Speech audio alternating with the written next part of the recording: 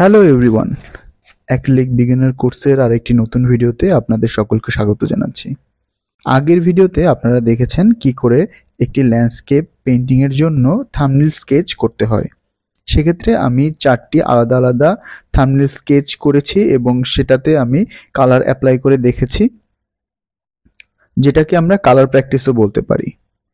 আমরা যেমন একটা বিল্ডিং তৈরি করার আগে সেটার একটি নকশা করে নিই, ঠিক তেমনি একটি পূর্ণাঙ্গ পেইন্টিং করার আগে এভাবে থাম্বনেল স্কেচ করে নিলে সেক্ষেত্রে যে ফাইনাল পেইন্টিংটি আছে সেটি করতে সহজ হয়।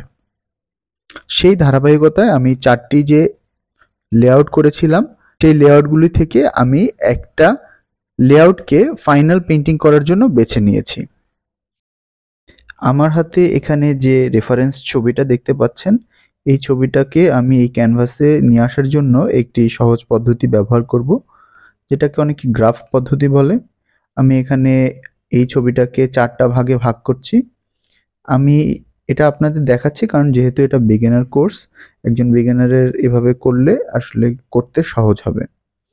সে চাইলেই এইভাবে করে একটা পেইন্টিং কিন্তু শুরু করতে পারে। আপনারা চাইলে, আমি এখানে 4টি ভাগে ভাগ করছি, আপনারা চাইলে আরও বেশি গ্রিড করে নিতে পারেন, কিন্তু এই 4 ভাগে ভাগ করেই আমি বুঝতে পারবো যে আসলে কোন জায়গায় আমি কোন এলিমেন্টটা বসাবো।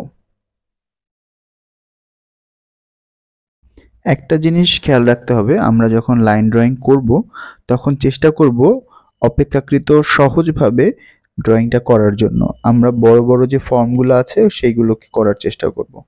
তো আমি এখানে যেটা করছি, প্রথমে এই যে ক্যানভাসটি রয়েছে এটাকে 4 ভাগে আমি ভাগ করে নিচ্ছি।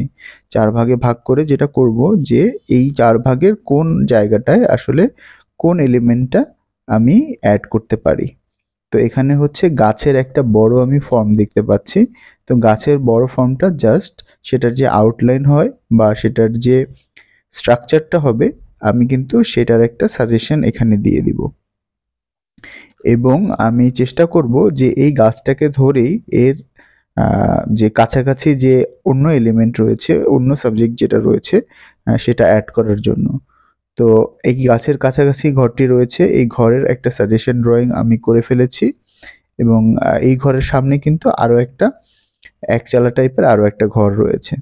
তো আমি তুলনা করে করে যে গাছটা থেকে এখানে ঘরটা কতটা দূরে, সেই ঘর থেকে আবার আশেপাশের গাছ কতটা দূরে, বা দূরে যে পাহাড়টি হবে সেটি আমি কি করে করব সেটা কিন্তু আমি প্রথমে যে গাছটি এঁকেছি সেই গাছের সাথে তুলনা করে করে আমি কিন্তু করেছি। আর একটা জিনিস প্রথমেই খেয়াল রাখতে হবে যে অ্যাক্রিলিক পেইন্টিং শুরুর দিকে আমরা বেশি ডিটেল করতে চাইবো না, কারণ হচ্ছে বেশি ডিটেল যদি আমাদের মাথায় একবার ঢুকে যায় তাহলে আমরা যে পেইন্টিংয়ের যে ওভারঅলি যে ব্যাপারটা রয়েছে সেটা কিন্তু মিস করে যাব। আগের ভিডিওতে আমি কালার প্যালেট খুব অল্প সংখ্যক কালার দিয়ে সাজিয়েছি, কিন্তু এক্ষেত্রে এটা করব না, কারণ হচ্ছে এটি একটি ফাইনাল পেইন্টিং। এক্ষেত্রে আমার যেসব কালার প্রয়োজন হবে আমি সবগুলো কালারই ব্যবহার করার চেষ্টা করব। সেক্ষেত্রে আমি এখানে ক্রোম ইয়েলো বা মিড ইয়েলো নিয়েছি, হোয়াইট নিয়েছি, ইয়েলো অকার, তারপরে ভার্মিলিয়ন রেড, ক্রিমসন লেক নিয়েছি। এরপরে হচ্ছে গ্রিনের আমি 2টি শেড ব্যবহার করব, প্রথমে ভিরিডিয়ান গ্রিন, তারপরে স্যাপ গ্রিন, এরপরে ব্লুর যে কয়টা শেড দরকার সেটা ব্যবহার করব। প্রথমে আমি প্রুশিয়ান নিয়ে নিচ্ছি। তো এখন আমি শুরুর দিকে যেটা করব, যে ব্লকিং ইন প্রসেসটা আছে, একটা পেইন্টিং শুরু করার ক্ষেত্রে প্রথমে কি করতে হয়, কালার দিয়ে ফিল করতে হয়। পুরো ক্যানভাসটা আমি কালার দিয়ে আস্তে আস্তে ফিল করব। এই কালার দিয়ে ফিল করার যে প্রসেসটা এটাকে ব্লকিং ইন বলে। তো ব্লকিং ইন হচ্ছে, আমি আগেও অনেকবার বলেছি যে ব্লকিং ইন করলে সুবিধা কি।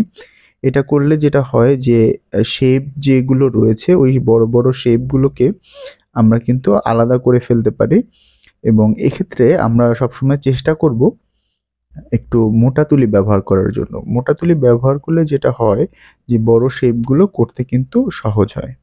তো আপনারা একটা জিনিস খেয়াল করবেন, আমি কিন্তু ডিরেক্ট যে গ্রিন কালারটা রয়েছে সেটা দিচ্ছি না।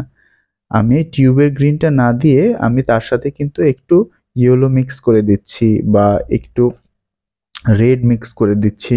এইভাবে করে আমি অন্য কালার মিক্স করে গ্রিনটাকে একদম র গ্রিন না রেখে আমি কিন্তু গ্রিনটাকে একটু ডিস্যাচুরেট করে দিচ্ছি, বাট গ্রিনটাকে একদম র গ্রিন রাখলে যেটা হয় যে ওই জিনিসটাকে কিন্তু পেইন্টিংটাকে দেখতে অতটা ম্যাচিওর লাগে না, মনে হয় যে এটা একটা অ্যামেচারিশ একটা পেইন্টিং।